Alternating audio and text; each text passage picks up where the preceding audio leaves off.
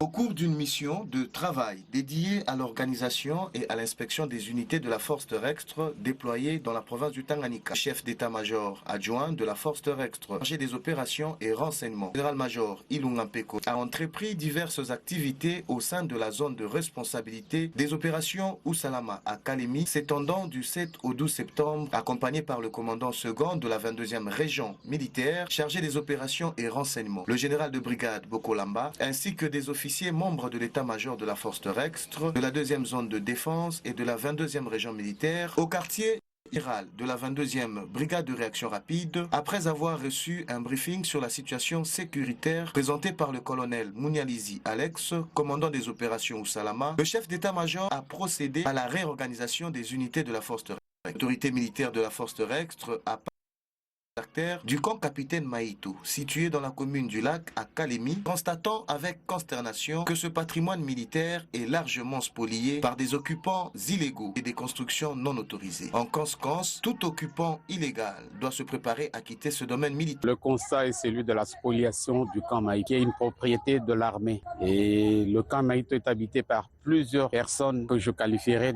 d'occupants illégaux, sans documents, sans titre de propriété légalement reconnu en République démocratique du Congo.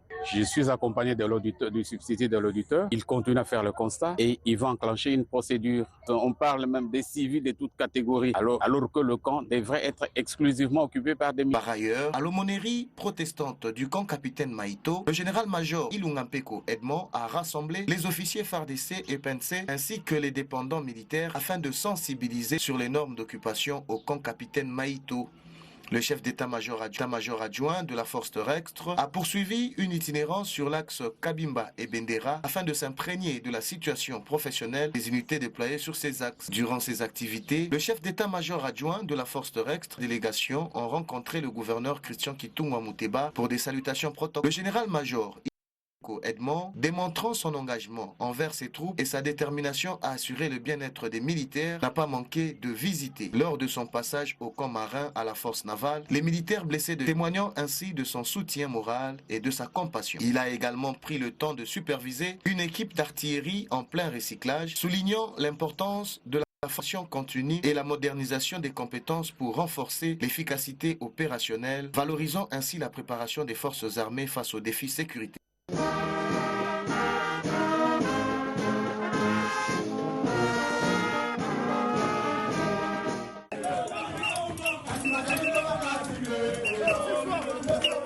La 32e région militaire a organisé le samedi 13 septembre 2025 une marche des satés à Bunia, conduite par le général-major Mushimba Antoine David. Elle a regroupé tous les militaires de la garnison de Bunia.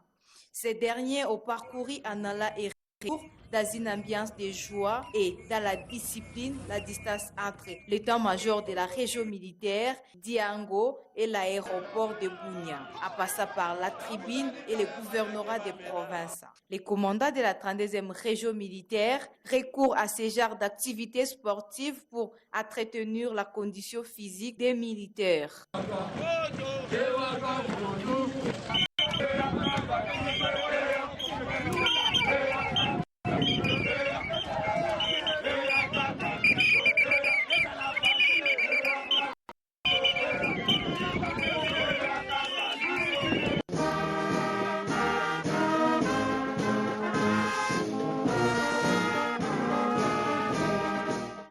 La délégation du ministre de la Défense, conduite par la conseillère sociale du ministre Nicole Dimbala Donna à Kisangani, a été reçue en audience le 11 septembre 2025 par le commandant 31e région militaire, général-major Nyembo Abdallah. Cette délégation est venue porter assistance aux blessés de guerre, aux veuves et orphelins victimes des atrocités de la guerre d'agression imposée par les RDF, AFC, M23 et présents au chef-lieu de la province de la Chopo en provenance du Nord Kivu et du Sud Kivu. À cette occasion, la conseillère sociale du vice-premier ministre de la Défense nationale et des anciens combattants a expliqué au commandant 31e région militaire cette initiative du vice-premier ministre Guy Kabombo Mwanavita, menée sous le haut patronage du président de la République, Félix Antoine Tshisekedi, commandant suprême des forces armées de la République démocratique du Congo. Selon Nicole Dimbala, ce projet a été rendu possible grâce au partenariat avec plusieurs fondations. Au cours de cette audience, la conseillère du vice-premier ministre a remis à titre symbolique quelques kits de réinsertion sociale à quelques victimes avant de faire la ronde de quelques sites de déplacés à l'aéroport de Simisimi et au camp Sergent Ketele.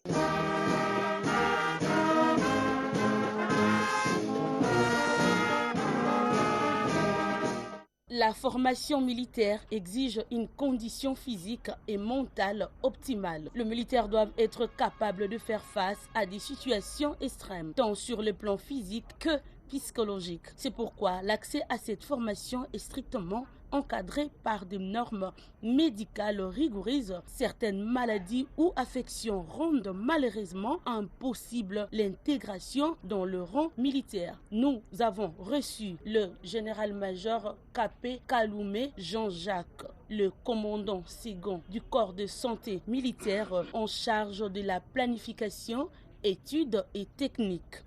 Mon général, bonjour. Bonjour madame. Mon général, le corps de santé recrute, comme je viens de le dire, quel profil de cadre et quelles sont les conditions exigées à ces professionnels de santé? Effectivement, l'armée est en train de recruter certains spécialistes, notamment les pro-santé que nous appelons professionnels de santé. Par professionnels de santé, donc c'est tous ceux-là qui ont fait les études des sciences de santé. Notamment, il y a les médecins, les pharmaciens, les médecins dentistes, différentes catégories de licenciés et gradués en sciences de santé. Il y a certaines conditions, notamment il faut être des nationalités congolaises, qui doit être attesté par une attestation de naissance. Il faudra avoir un casier judiciaire qui soit vide, c'est très capital par rapport à cela. Il faudra être aussi célibataire et sans enfant, qui doit être attesté par une attestation de célibat.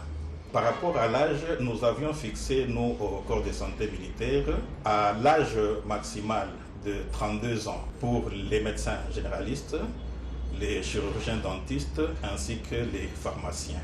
Et nous avons fixé comme limite maximale aussi de 28 ans pour les différents licenciés, tels que les spécialistes en imagerie médicale, les kinés, les laborantins, ainsi de suite, anesthésistes, réanimateurs.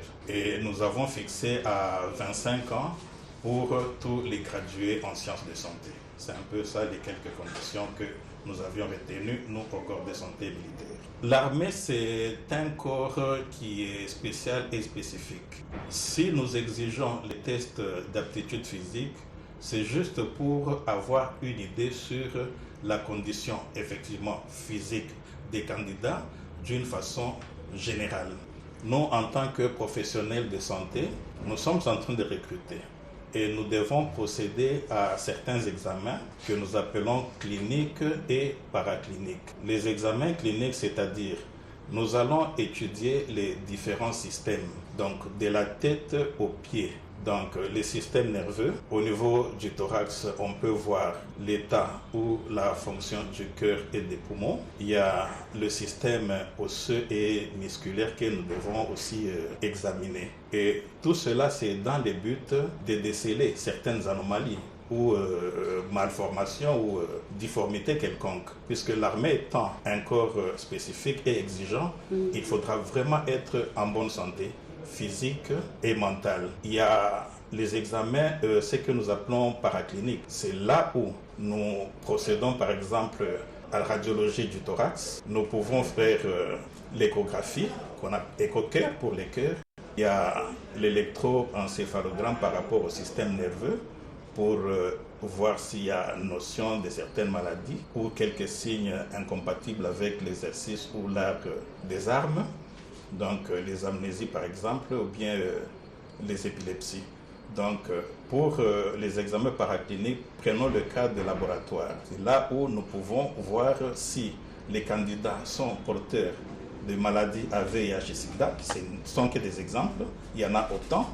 Nous pouvons chercher l'hépatite et nous pouvons voir aussi à doser la glycémie pour éliminer éventuellement un cas de diabète, ainsi de suite. Par rapport à l'imagerie médicale, qui est aussi un examen paraclinique, j'avais d'ailleurs introduit cela, donc c'est pour voir un peu l'aspect ou l'activité des poumons ou du cœur. L'armée étant une discipline multidisciplinaire, si je peux me répéter, il y a certains examens spécifiques ou spécialisés. Nous pouvons prendre par exemple l'ophtalmologie pour les pilotes ou les personnels navigants. C'est juste pour chercher à voir l'acuité visuelle. Ça, c'est vraiment très important. Il y a un autre examen qu'on appelle ORL, c'est-à-dire oto-rhino-laryngologie. Donc, c'est-à-dire où ça étudie les maladies des oreilles, du nez et de la gorge. C'est très important encore par rapport aux pilotes, puisqu'ils doivent non seulement avoir une bonne acuité visuelle comme en ophtalmo, mais aussi avoir un sens d'équilibre. Ils volent à certaines activités, avoir une certaine acuité auditive, et il faudra aussi la notion de l'équilibre. C'est très important ces examens spécialisés. Il y en a autant aussi par rapport, par exemple, les examens bucco-dentaires qui sont aussi nécessaires dans les cadres de ces examens spécialisés. Un diabète, c'est une maladie liée à des troubles métaboliques. Alors, cette maladie-là a beaucoup de répercussions sur les yeux, sur les cœurs, sur les reins. Et la prise en charge du diabète est très complexe. Et vous voyez, au recrutement, prendre déjà un diabétique, ce sera vraiment un problème pour l'armée. Donc, c'est vraiment un manque à gagner par rapport à cela. C'est un cas au recrutement que nous ne pouvons pas admettre. Mais par ailleurs, au cours de notre exercice, notre profession militaire, il arrive avec l'âge ou certains contacts avec certains microbes, virus et consorts qu'on puisse attraper cette maladie-là. Et là, nous, l'armée, nous sommes obligés de vous prendre en charge en tout et pour tout. Donc nous devons vous accompagner, mais néanmoins, nous pouvons vous réorienter par rapport à certains métiers qui ne nécessitent pas beaucoup d'exigences.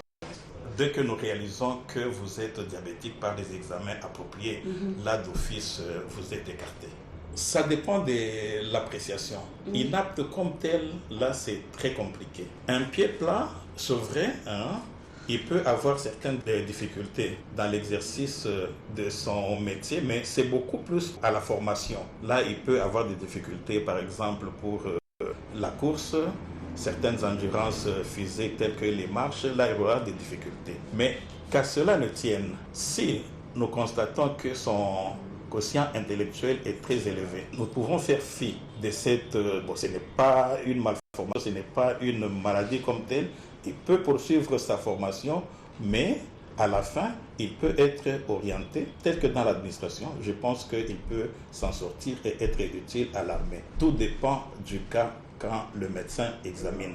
Donc c'est à l'appréciation du médecin. Il va subir le même exercice que tous les autres. Donc ça va dépendre vraiment de la façon dont il va se comporter. S'il peut vraiment tenir et que nous avons jugé déjà par rapport à d'autres examens qui est élevé, c'est-à-dire intéressant, nous, l'armée, nous pouvons gagner. Je pense qu'il n'y aura pas de problème.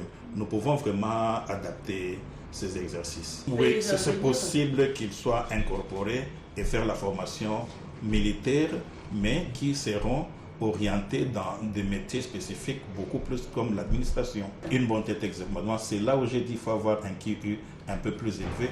Là, vraiment, nous allons vous retenir.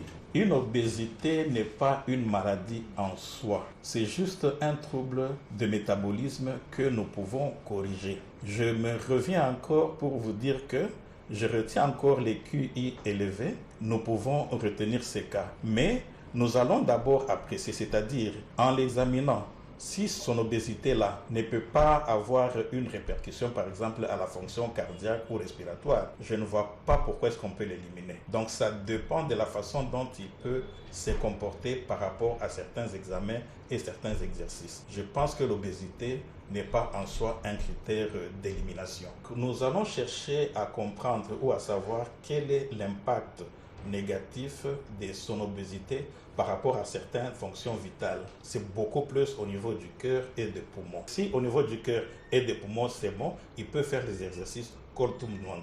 D'ailleurs, c'est un des traitements, puisque les exercices physiques contribuent à ce qu'il puisse perdre le plus possible le poids pour qu'il soit en forme et utile au service. Médecin à vous prendre avant que vous ne soyez incorporé. Nous allons chercher à avoir les répercussions de ton obésité sur les fonctions vitales. S'il y a compatibilité, il n'y a pas de problème, nous allons vous prendre. Mais si nous pensons qu'il y a incompatibilité, là on vous écarte. Donc c'est l'appréciation vraiment du médecin qui détermine le tout. Une perte de mémoire, ce n'est qu'un signe d'autant de maladies qui affectent beaucoup plus les systèmes nerveux, entre guillemets, enfin le cerveau. Perte de mémoire ou amnésique, donc ce sont les conséquences. Il doit y avoir une maladie antérieure qui aurait causé cela. Nous pouvons citer par exemple dans son enfance ou jeunesse, il avait contracté une bronchite. Si la personne ou le candidat est alcoolique ou tabagique, ça ce sont des problèmes. Il peut aussi un AVC en ces temps-ci, en ce mois qui court, en tout cas développer un AVC, ça devient un facteur qui est fréquent. Alors, l'amnésie n'est qu'un signe. Si nous pouvons soigner la cause ayant amené à l'amnésie, si nous parvenons à soigner la cause, je pense qu'il ne va pas se poser de problème. La cause que nous pouvons vraiment récupérer facilement, c'est un alcoolique qu'on peut demander ou suivre à ce qu'il puisse abandonner, si pas baisser, la prise de son alcool. C'est comme aussi le tabagisme. Alors, ce qu'on ne peut pas récupérer, par exemple, c'est en cas de méningite, ça ce sont des séquelles qui sont difficilement récupérables ou en cas d'un AVC. AVC, c'est un accident vasculaire cérébral lié à l'hypertension. Donc, les cas possibles que nous pouvons récupérer, le cas de tabagisme, d'alcoolisme, là c'est quand même facile. Et pour les autres cas que nous n'avons pas récupérés, ça c'est un peu difficile, nous allons vous écarter. Puisque l'armée, nous manipulons beaucoup plus les armes.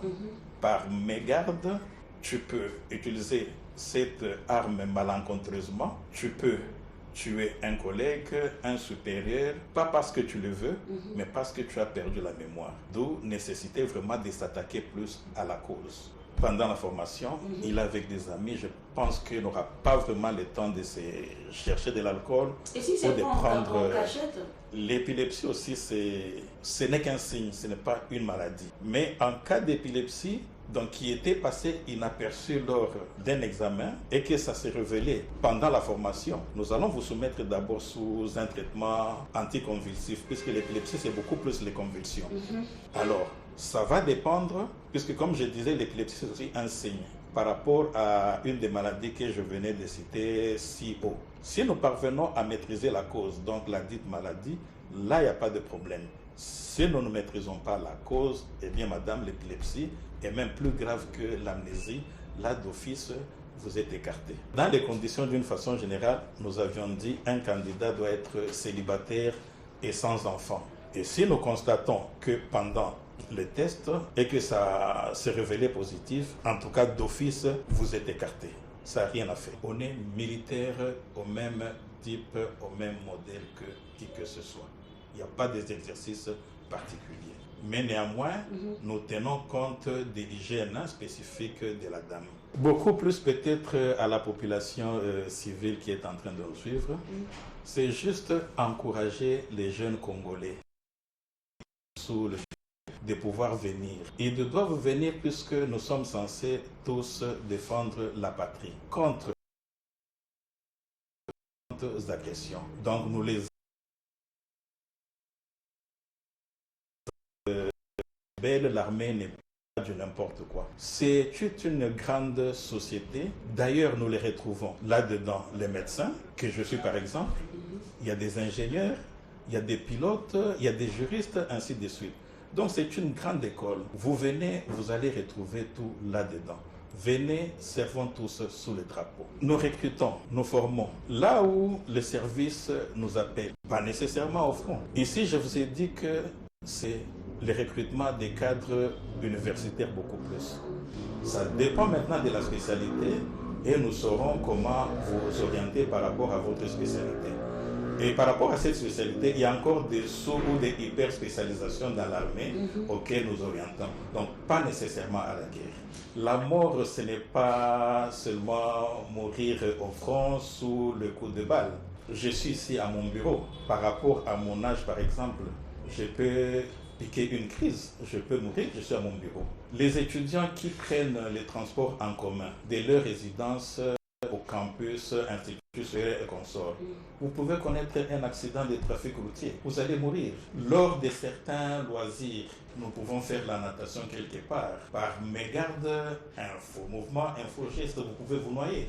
Donc la mort est partout et elle ne peut nous surprendre partout où nous sommes. Donc, ils peuvent venir, nous les encourageons encore. À mot de la fin, je suis très content et très heureux. Je remercie spécialement le chef d'état-major général qui nous a accordé cette opportunité de pouvoir recruter chacun dans son domaine. Ce n'est pas seulement au corps de santé que nous recrutons les professionnels de santé. Il nous a accordé tous, corps et services, force que chaque grande unité recrute son personnel spécifique. Et ça aura un impact et un apport. Prenons le cas du corps de santé. Si nous recrutons autant de professionnels de santé, nous allons combler certains vides qu'on retrouve par-ci, par-là. Il y a des unités qui sont en opération.